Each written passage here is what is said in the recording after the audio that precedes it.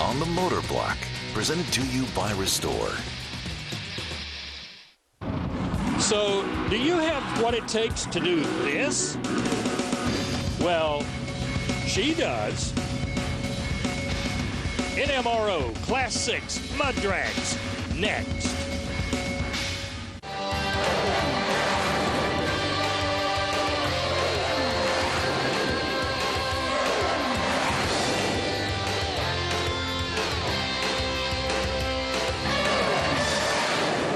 Coming up today on World of Trucks, it's the O'Reilly Auto Parts four-wheel drive and off-road jamboree from the Indiana State Fairgrounds in Indianapolis, Indiana. Hello, everyone. I'm Claude Wood. What a treat today. It's Class 6 NMRO mud drags. And today, it's the paddle tires. I mean, these are the wild and the wicked, the fast. Once they start, they don't even know where they're going to go. But one thing we can promise you today, a lot of excitement, a lot of thrills on the Outdoor Channel right here on World of Trucks. Now, let's investigate. Let's find out a little bit more on what makes up a Class 6 NMRO mud drag. Here's Doc Riley. Thanks, Claude. The Go Fast gang right here. Now, the track 200 feet long. And Rick Holmes out of Iowa has got a real nice ride right here. Let's take a look at it. The front tires, they've got the grooves in here. These guys, though, they'll be up in the air, so they're not really worth a whole lot. The vehicles have to be four-wheel drive, however. As you go through, you'll see the first thing that's important is the cockpit. Now, there's not a whole lot of creature comforts in here. The safety, the helmet, the neck collar, you've got to have all of that. As you get back to what really is important in this class, look at the Littlefield Supercharger right here.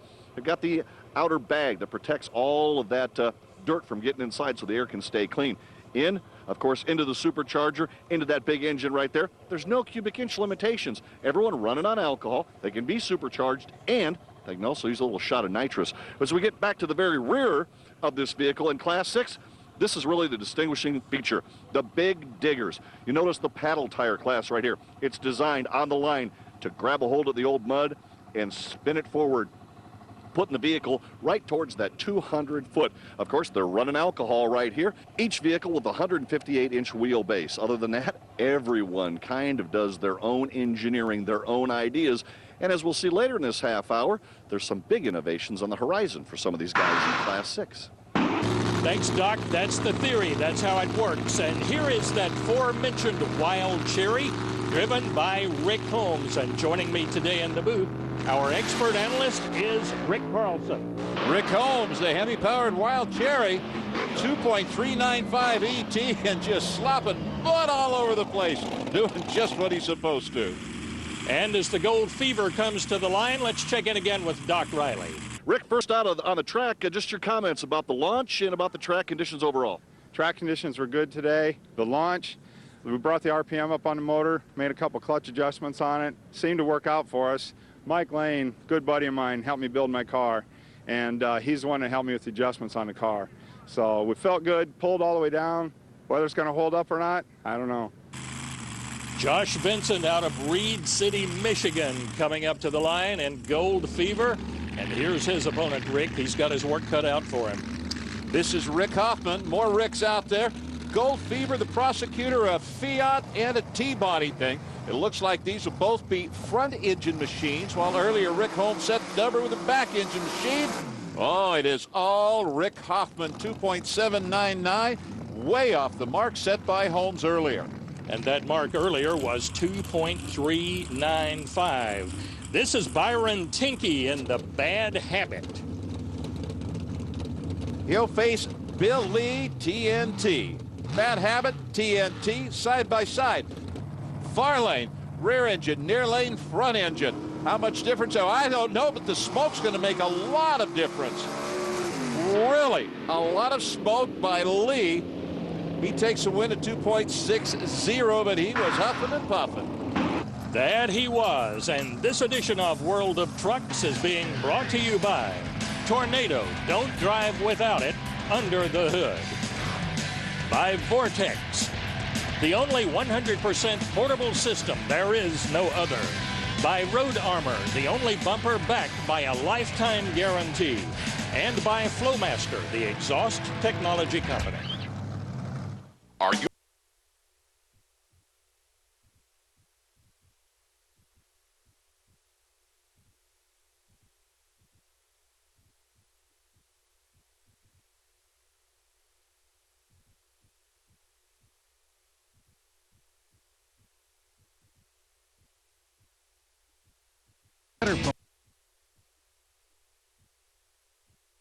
altitude lifted trucks. But take a look at this Navigator here. The paint scheme, so very well done. We'll get to that in just a second. But let's talk to the guy that owns it.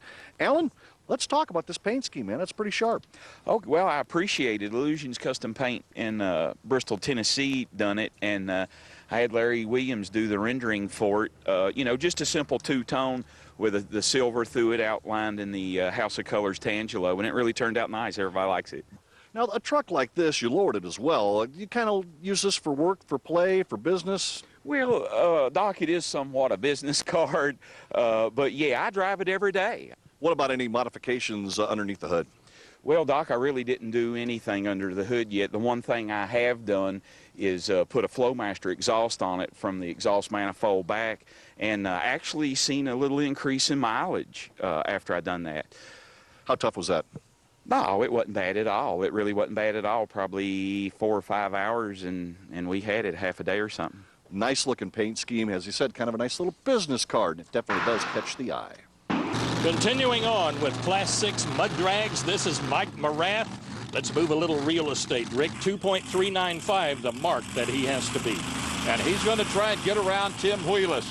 A couple of tough customers, their names that we've known. Far lane, back motor, near lane, that altered with the front engine in it. Will it make a difference? I think being tardy made a big difference. Tim Wheelis in your right lane at 2.345, a new leader. And I think, Rick, on the replay, you'll see in that far lane, he got away first. Wheelis using all types of the race course. You can see by the in-car how wild it gets, but quick enough for a win. Let's check in with Doc. Well, Mr. Wheelis, leading time in the class so far. What about the track? Oh, track's pretty good under circumstances. We had a lot of rain last few days.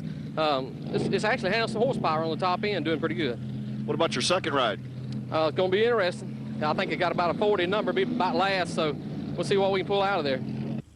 Charles Doster coming up now on the Purple Passion, and so far, Rick, we've seen a lot of different configurations. I'm not sure there's an advantage one way or the other. Right now, we haven't seen that. Virgil Woodson, Copenhagen confusion. Comes up, purges the nitrous system. That was that little puff of something that you see coming up there. And now we see a little bit of smoke and way up in the air and still gets there first. Woodson 2.952. Exciting, but not enough to move up to the leaderboard. Nowhere near the 2.345 that everybody is gunning for now, as we see Harry D, and he will face Vic King right here in Thumper.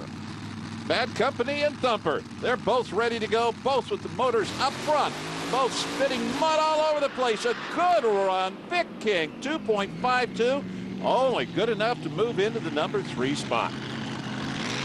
And that will bring to the line the All Mine, driven by Tommy Chick. He will face Mike Lane. You can see everybody that shows up today has been a little bit muddy. Near lane. A little cleaner in that Jeep. Got the zoomy headers and whoop. He's sitting there. Mike Lane, 2.338. If he ever gets it stopped, I think we've got a new leader. And wow, watch him right from the takeoff, Rick. He nailed it, found the traction immediately, wheels up in the air. I don't think it could be much more exciting. The run and now trying to shut it down. Mike, this track, everyone's saying it's not too bad off. You set the mark in a class. Just tell me about your run. Well, they got the track in pretty good shape. I think it's going to get nothing but faster, but got a lot of good cars behind me. But with any luck, we'll end up top 5, but we got one more ride, so we'll give it a try. You know, you've had a lot of good experience right here. Understanding you're building some chassis for some guys, too. Oh, yeah, we got a couple of cars out here running them. Yeah, so got to keep financing my own deal. Here comes Rick Thompson in the lickety split, and he will face the lady, Nora Black, in the Super Jeep. And Nora Black backing it back up to get into the tracks where she wants to be again. Paul Thompson, that lickety split, one of the names that you can expect to see fly. Let's see what he does. He does it. Thompson, your winner, 2.491. Nora, good show, but not enough. Stay with us. We'll have more Mud Drags when we come back.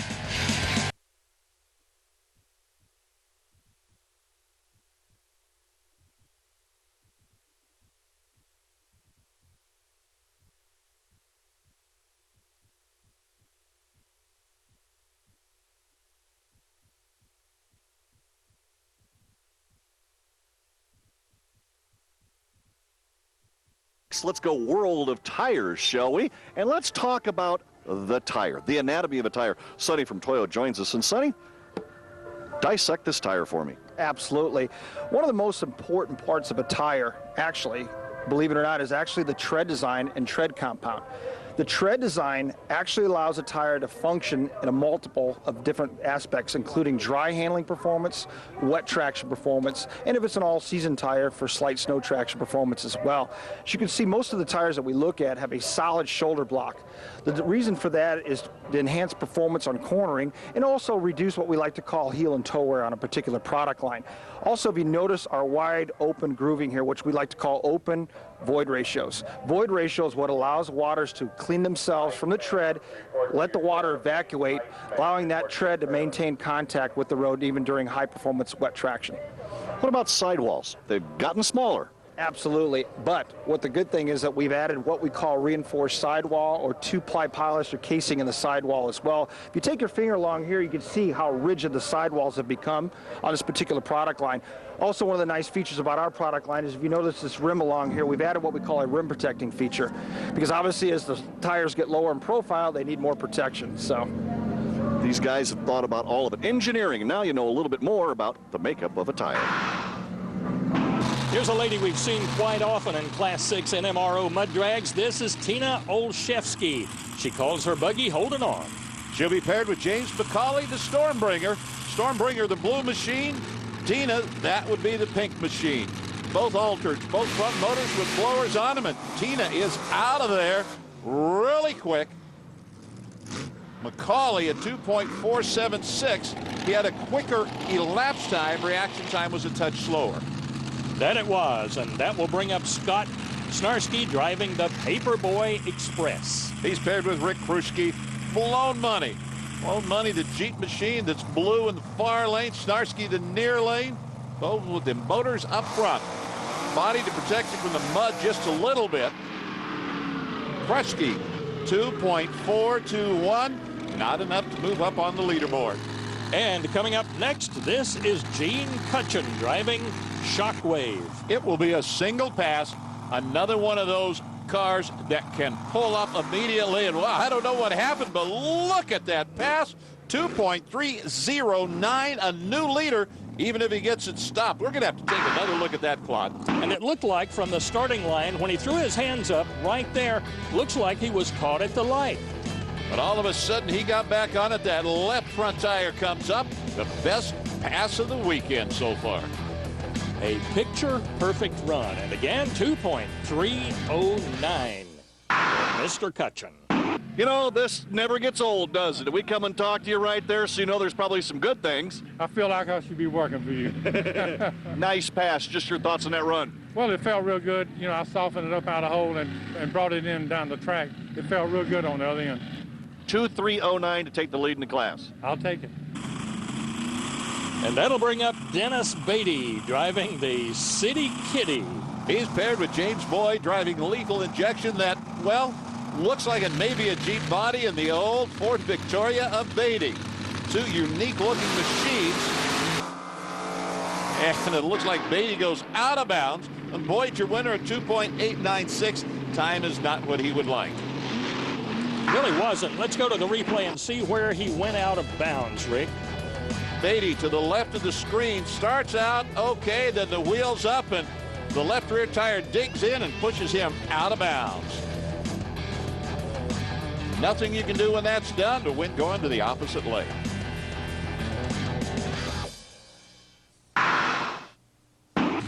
Mike Lane coming up now in Wicked Sensation, and he is currently in second place. That is lime green machine, and back in black, that is Sean Barber. Sean Barber in the far lane, near lane, that's Mike Lane. Wicked Sensation, and he is, look at the front end at half track, it's up in the air, 2.303, the new leader, coming right up to the camera. I don't know if he'll shut it down. Let's take a look at the replay, Claude. And Rick, he had to have carried the front wheels at least 2/3 of the pass. And he was lucky it ended there. He barely stayed in bounds. Let's go down to Doc Riley. 2.303 take the lead in the class. Well, that's pretty good. We're getting down to the middle of the class. So see, I'm only half packs, but I'll be half pack anyway. So. Here comes the lethal weapon. We've seen this guy around a lot of times, Byron Rogers. He's paired with Ed Block in Alter Ego. A little altered, and he is covered with mud. Byron Rogers, fairly clean, but that's going to end in just a couple of seconds, Claude. In about 2.5 seconds. And your winner, Byron Rogers, at 2.612, but not enough to take over the lead. World of Trucks is being brought to you by Vortex, the only 100% portable system. There is no other. By Hallmark, built strong for the way you work and play. By Carter, a better built machine. And by Toyo Tires, driven to perform. We'll be back.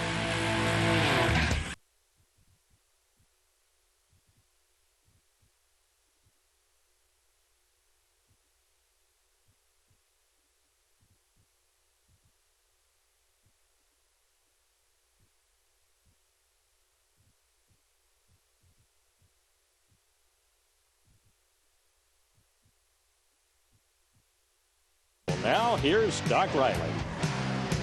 One of the busiest booths at SEMA, and one that has an inventive new product.